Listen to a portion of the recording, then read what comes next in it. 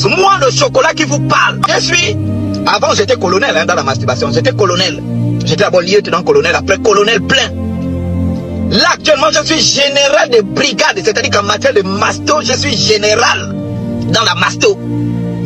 Oh mais c'est pas possible. C'est-à-dire que si on organise la Coupe d'Afrique des masturbateurs, je vais représenter mon pays au Gabon. Les salaires du péché, c'est la mort.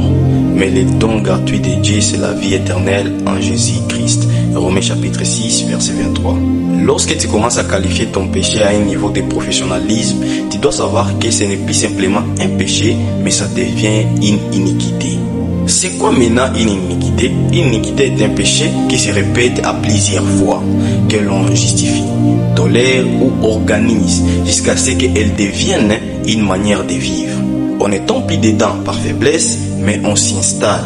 Tu dois savoir une chose, une personne qui vit dans l'iniquité, sa vie est contrôlée par des esprits mauvais. Pourquoi? Parce qu'il a ouvert une porte pour les esprits impurs. C'est quoi maintenant les conséquences de ces péchés? La Bible déclare en Ésaïe chapitre 52 verset 2 que ce sont vos iniquités qui mettent une séparation entre vous et votre Dieu. Comment espérer les bienfaits de Dieu en vivant dans un péché qui met déjà une séparation entre vous deux? C'est pourquoi beaucoup prient longtemps, ils n'obtiennent rien parce que Dieu a tourné son regard. La deuxième des choses, les péchés que tu n'arrives pas à abandonner aujourd'hui te détruira sûrement demain.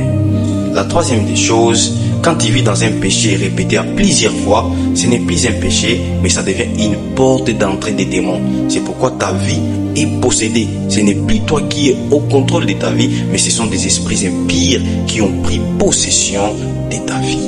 Ainsi, pour terminer, je prie Dieu qu'il puisse rompre tout péché qui tient ta vie par terre.